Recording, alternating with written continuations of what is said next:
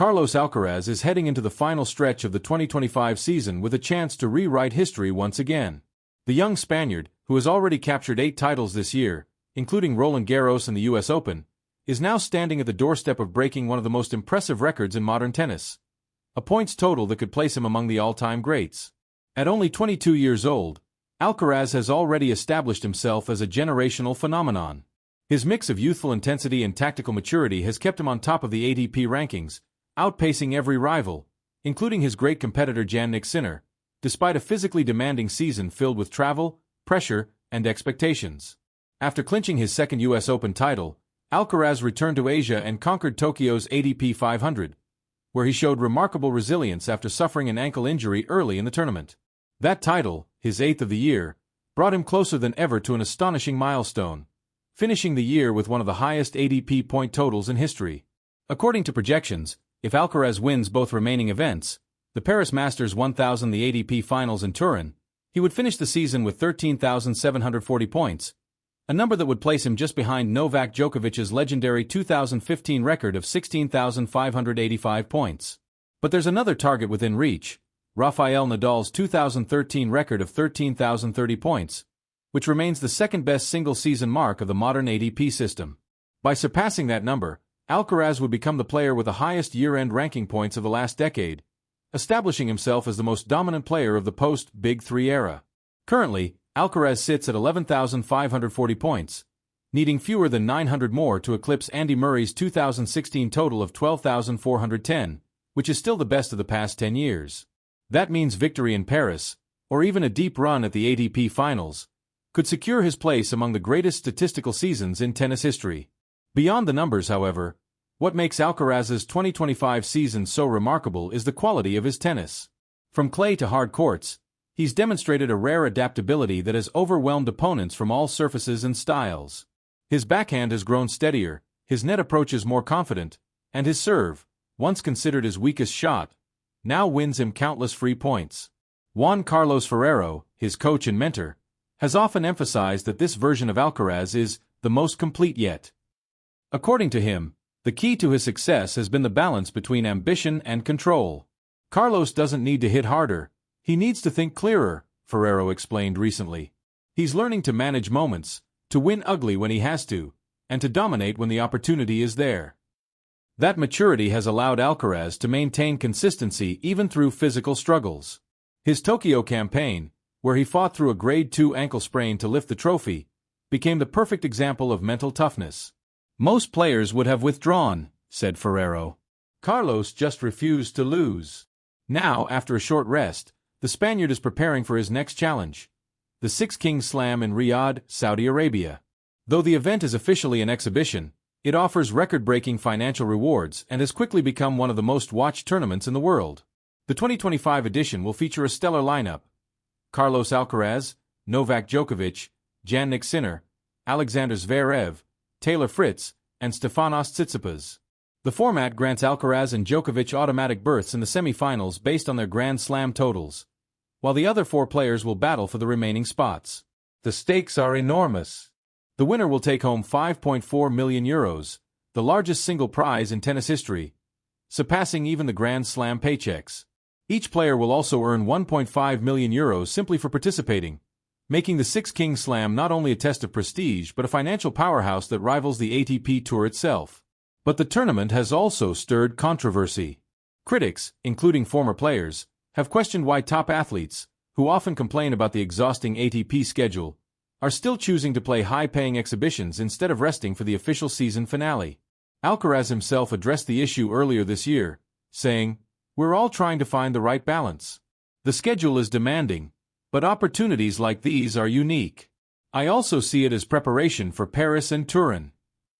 That pragmatic attitude reflects a player who not only seeks victories but understands the broader context of modern tennis, a balance between competition, showmanship, and global exposure. Meanwhile, Jannik Sinner has been forced to take a different route. The Italian, who had been Alcaraz's biggest rival for the #1 ranking, was struck by exhaustion and cramps during his Shanghai campaign. His withdrawal from the tournament and subsequent rest period have left him trailing in points, effectively clearing Alcaraz's path to end the year as world #1. Still, Sinner has responded strategically. According to reports, he has hired Alejandro Resnikov, an experienced Argentine physiotherapist who has worked on the ATP Tour since 2010. The move is meant to strengthen his physical preparation and prevent another collapse like the one that cost him dearly in China. Sinner's decision reflects a growing sense of professionalism within the young generation, a recognition that success on the ATP Tour requires not only talent but constant optimization. His comeback at the Six Kings Slam will mark the beginning of his attempt to rebuild momentum before the Paris Masters. For now, though, all eyes remain on Carlos Alcaraz. As the season approaches its climax, he stands on the verge of one of the most impressive statistical finishes in the modern era. And if he manages to lift both trophies, Paris and Turin, he would not only secure his third consecutive world #1 finish but also claim a record that would immortalize his 2025 season alongside the very best years of Djokovic and Nadal. The numbers are staggering. The history is waiting.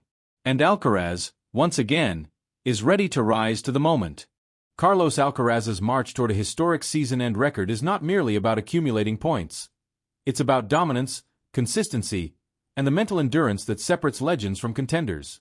As the 2025 season nears its conclusion, the numbers tell one story, but the context behind them reveals something deeper. A player evolving faster than any of his predecessors.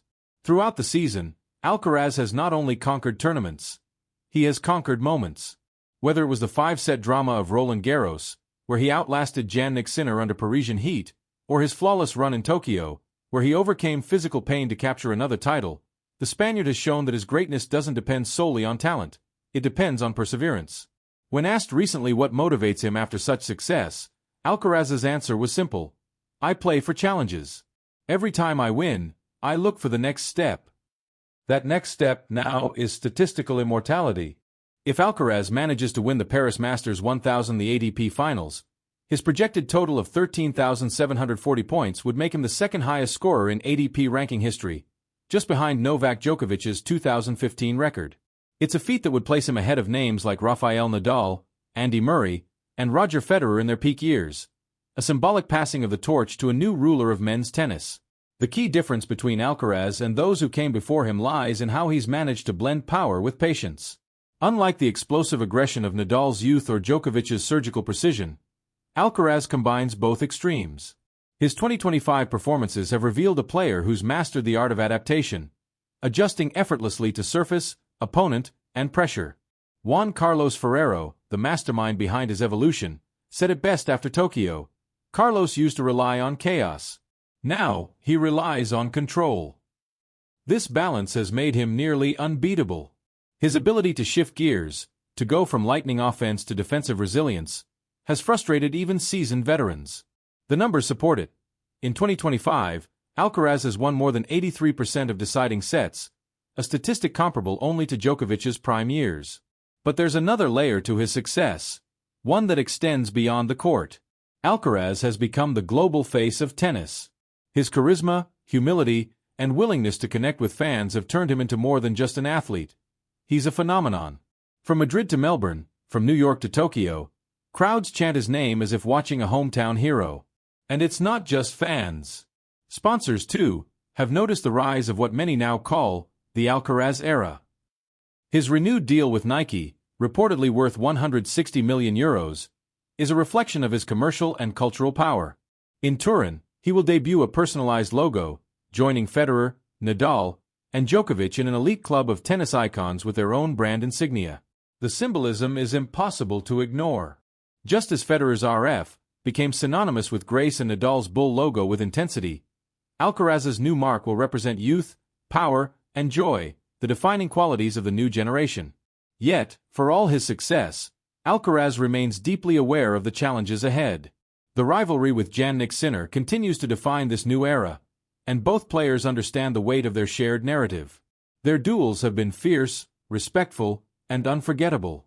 In 2025, they've traded blows in finals across continents: Roland Garros, Miami, Wimbledon, and the US Open, establishing a dynamic reminiscent of Federer and Nadal's golden years. But as of now, Alcaraz holds the upper hand, with 8 titles to Sinner's 5, and a superior win percentage in head-to-head encounters. Still, Sinner's influence pushes him to be better. Ferrero admits that the Italian's rise has been a blessing in disguise for Carlos, forcing him to evolve, train smarter, and find ways to maintain physical resilience over long seasons. That resilience will be put to the test again at the Six Kings Slam in Riyadh, the most lucrative exhibition event ever organized. The financial stakes are unprecedented, a €5.4 million prize for the winner, but for Alcaraz, the motivation is about rhythm and readiness rather than money. He and Novak Djokovic will skip the quarterfinals and advance directly to the semifinals, a privilege based on their career Grand Slam counts. On the other side of the draw, Sinner will face Stefanos Tsitsipas, while Taylor Fritz takes on Alexander Zverev to determine who will challenge the two tennis giants. The event has sparked debate among former players. Some, like Mats Wilander, argue that these exhibitions risk overshadowing the sport's traditional tournaments, while others, including Andy Roddick, believe they represent the future, a merging of entertainment and competition that keeps tennis relevant in a fast-changing world. Regardless of the controversy, all eyes will be on Alcaraz once again. The Six Kings Slam will be broadcast globally, including on Netflix, marking another step in tennis transformation toward mainstream entertainment. Saudi Arabia's involvement, through extravagant venues and unprecedented prize money, signals an ambition to make tennis the next global spectacle, much like Formula One or football. For Alcaraz, this tournament serves as the perfect bridge between recovery and ambition. His ankle injury in Tokyo is now fully healed, and he has been training intensely under Ferrero's supervision in Villena, focusing on speed drills, short sprints, and rhythm control. According to insiders, he has regained full mobility and plans to go all in Riyadh. The contrast between him and Novak Djokovic couldn't be greater at this stage of the season. While Alcaraz is at the peak of his physical prime, Djokovic, at 38, is managing energy carefully, trying to stay competitive without risking burnout. Yet, the Serbian remains the measuring stick, the ultimate rival whose shadow still looms large. If both meet in the Six Kings Slam final, it could set the tone for the ATP Finals and possibly the 2026 season. For Alcaraz, it would be a chance to confirm what the numbers already suggest, that the transition of power is complete, and that a new era, his era, has truly begun. And yet, what makes Alcaraz's story so fascinating is not just the dominance, but the manner in which he achieves it. No drama. No arrogance. Just a young man smiling through the chaos, swinging with joy, and redefining what greatness looks like in tennis.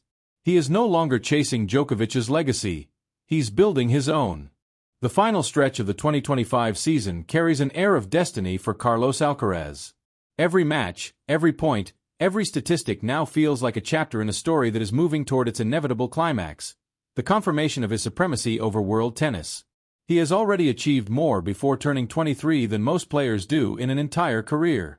8 titles in a single season, including Roland Garros and the US Open, a return to world number 1, and now the possibility of closing the year with one of the highest ATP rankings ever recorded. But for Alcaraz, greatness is not measured in trophies alone. It's about evolution.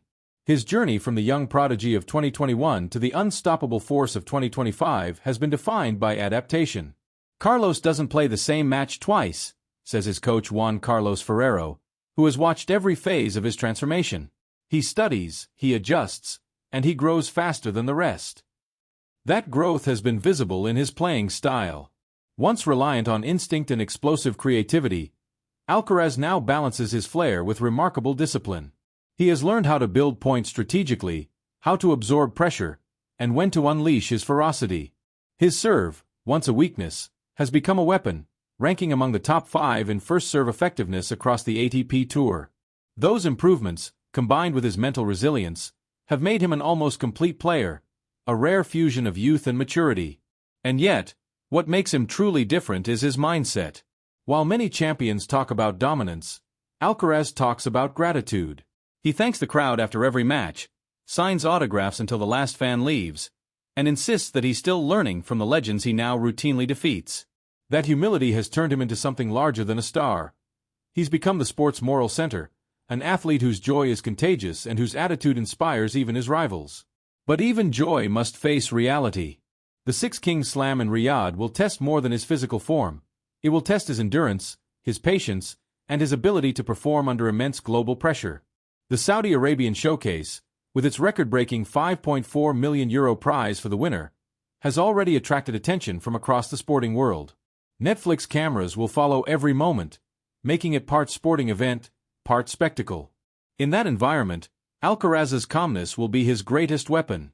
He's already shown that he can thrive in front of massive audiences, from the roaring crowds of New York to the silent tension of Roland Garros, and Riyadh will be no different. But unlike traditional tournaments, this one mixes entertainment with elite competition, and only players with iron discipline will handle its distractions. Ferrero's approach in training reflects that understanding. "We're preparing for more than tennis," he told Spanish media. "We're preparing for noise, lights, pressure, and expectations." Carlos has to stay grounded, focus on each point, and block out everything else. Beyond Riyadh, the season's two remaining tournaments, the Paris Masters 1000 and the ATP Finals in Turin, hold the key to history. If Alcaraz wins both, he will surpass Rafael Nadal's best-ever points total of 13,300 and become the second highest scorer in ATP history, just behind Djokovic's legendary 2015 campaign. That pursuit places him within reach of immortality. Djokovic's 16,585-point mark remains untouchable for now, but the gap is closing faster than anyone predicted. To put it into perspective, at the same age, Djokovic had just 3 Grand Slam titles. Alcaraz already has 6, and counting. For Ferrero, the secret lies in consistency. "It's not about peaking once," he says. "It's about peaking all year." That's what Djokovic, Nadal, and Federer mastered, and that's what Carlos is learning now. Consistency, however, has its price. The physical toll of such a long season has forced Alcaraz to make calculated sacrifices. His decision to withdraw from Shanghai was criticized by some but ultimately proved wise. "We were taking too many risks," Ferrero admitted later. His ankle wasn't ready, and pushing him could have cost us the rest of the season. The extra rest allowed him to return sharper, faster, and hungrier. His sessions at the Ferrero Tennis Academy in Villena have been described by insiders as intense but joyful. He trains with the same energy he displays on court: explosive forehands, long rallies, and bursts of laughter between drills. "He's back to full strength," Ferrero confirmed. "And when Carlos is healthy, he's dangerous for everyone." The upcoming Paris Masters will be his first major test since Tokyo. Traditionally, Paris has been a tricky surface for him. Slower indoor courts that favor consistent defenders. But this time, Alcaraz arrives with more maturity and a point to prove. A title there would not only solidify his #1 ranking but also serve as a statement heading into Turin and Riyadh. Still, while statistics fuel the headlines, Alcaraz himself remains focused on something simpler: the process. In an interview earlier this month, he said, "I don't think about records. I think about moments, those points where I feel everything clicked, when I play free and the crowd connects. That's why I play." It's that mindset, a mix of passion and perspective, that separates him from his predecessors. Federer had elegance, Nadal had willpower, Djokovic had control. Alcaraz, in many ways, combines all three. But perhaps his greatest gift is his ability to bring people together. Tennis, once divided by the rivalries of the Big Three, now rallies behind a single figure who unites rather than polarizes. Fans of Federer, Nadal, and Djokovic have all found something familiar in him: the artistry, the fight, and the intelligence of their respective heroes reborn in a new form. As 2025 draws to a close, one question defines the narrative: how far can Alcaraz go? With youth on his side, the possibilities feel endless. A 10-title season? A career Golden Slam? A new dynasty? The future seems to bend toward him. But if you ask Alcaraz, he'll say the same thing he always does: "I'm just getting started." He'll enter Riyadh as the favorite, Paris as the predator, and Turin as the king. And when the lights dim at the end of the year, whether or not he breaks Nadal's record or surpasses Djokovic's milestones, one truth will remain: Carlos Alcaraz has already changed tennis forever. A new standard has been set. A new chapter has begun. And the age of Alcaraz has only just started to write its legend.